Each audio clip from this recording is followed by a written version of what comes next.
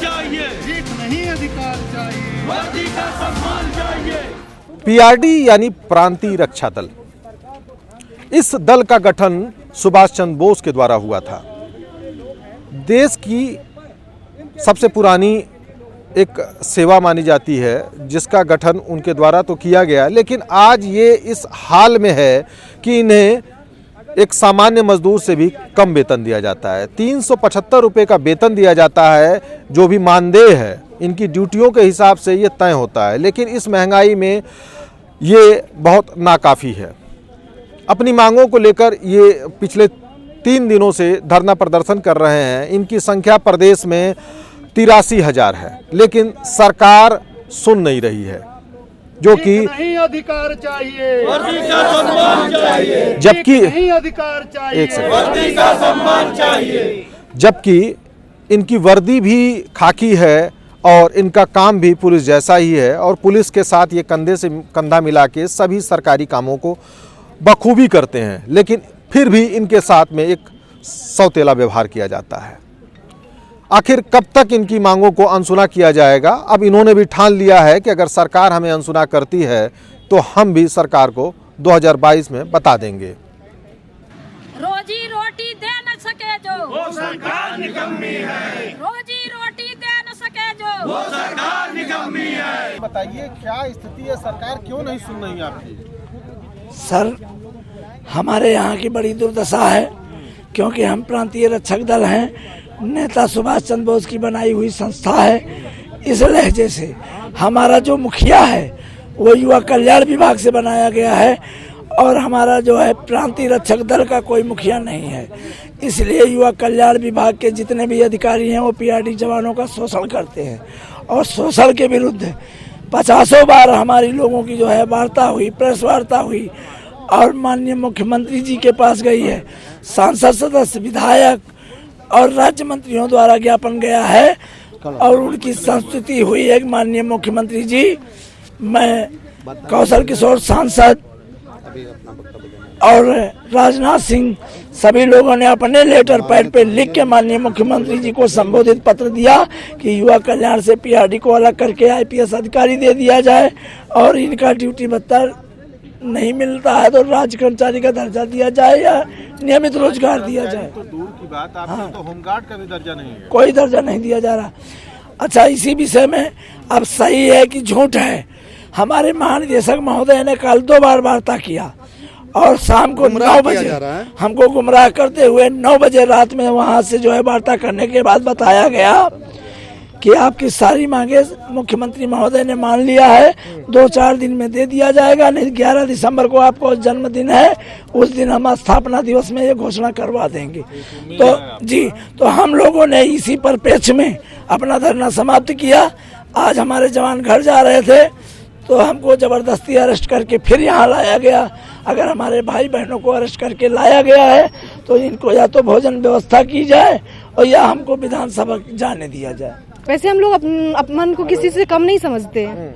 हाँ, और बाकी अधिकारियों के यहाँ कहीं ये करो, घर का काम करवाते, कहीं वो करो, ये करो, वगैरह वगैरह। लखनऊ।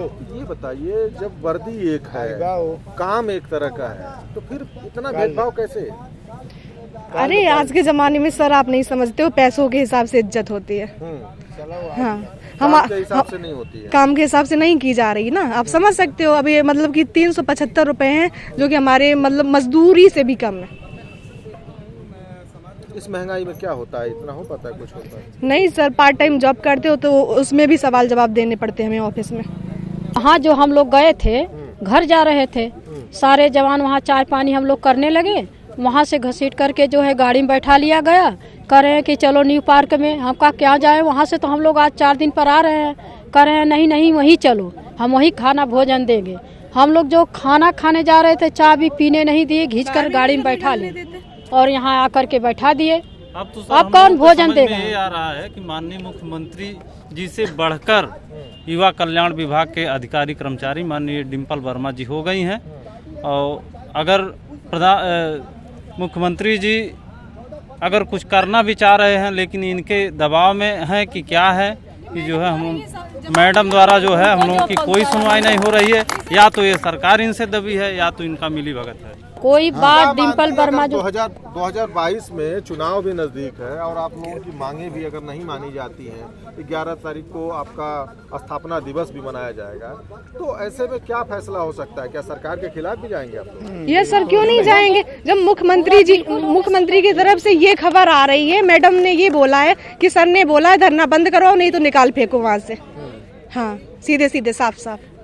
यानी सरकार पे भी झूठा आरोप लगा करके ये सरकार को भी गुमराह कर रही हैं और हमारे जवानों को भी गुमराह कर रही हैं। जो युवा कल्याण की डायरेक्टर श्रीमती डिम्पल वर्मा जी हैं, ये सरकार को भी गुमराह कर रही हैं, जवानों को भी गुमराह कर रही हैं। यानी मुख्यमंत्री जी की झूठा आश्वासन दे रही हैं जवानों को। पीआरडी मानदेय वेलफेयर एसोसिएशन के बैनर तले हम लोग पीआरडी कर्मियों की 3 सूत्री मांगों को लेकर के यहाँ इकट्ठा हुए हैं।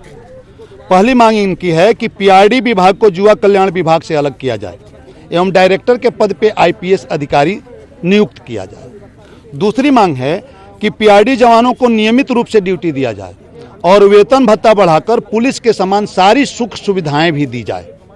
और तीसरी मांग है कि पीआरडी विभाग से भ्रष्टाचार को उजागर करने वाले जवानों पे किसी न किसी प्रकार का कोई न कोई आरोप गलत लगा करके इनको विभाग से निकाल दिया गया है, तो इनको बिना शर्त वापस लिया जाए और इनकी रेगुलर ड्यूटी दिया जाए। ये बहुत दुखद दुर्भाग्य की बात है कि आज गणतंत्र भारत में जो अकुशल मजदूर की मजदूरी 400 रुपया है और ये हमारे प्रशिक्षित जवान हैं, इनकी मजदूरी 375 रुपया है। ये बहुत ही दुख और शर्म की बात है। इस पे सरकार को सोचना चाहिए और इनकी मानदेय को बढ़ाना चाहिए, जो कि हम एक ही मांग करते हैं कि समान ड्यूटी। चूंकि ये पुलिस और पीआरडी के जवान जब एक साथ ड्यूटी करने जाते हैं तो अपराधी और अवांछनीय तत्व जो हैं गोली चलाता है या आक्रमण करता है, वो एक बार भी पीआरडी जवान को निगलेक्ट नहीं करता है कि तुम भाग जाओ हम तुझे नहीं मारेंगे, वो इनके ऊपर भी गोली चलाता है। तो हम चाहते हैं कि समान वेतन समान कार्य के आधार पे जो नैसर्गिक न्याय है उसके आधार पे इनकी वेतन भत्ता बढ़ाया जाए और पुलिस को मिलने वाली तमाम सारी सुविधाएं इन्हें भी दिया जाए।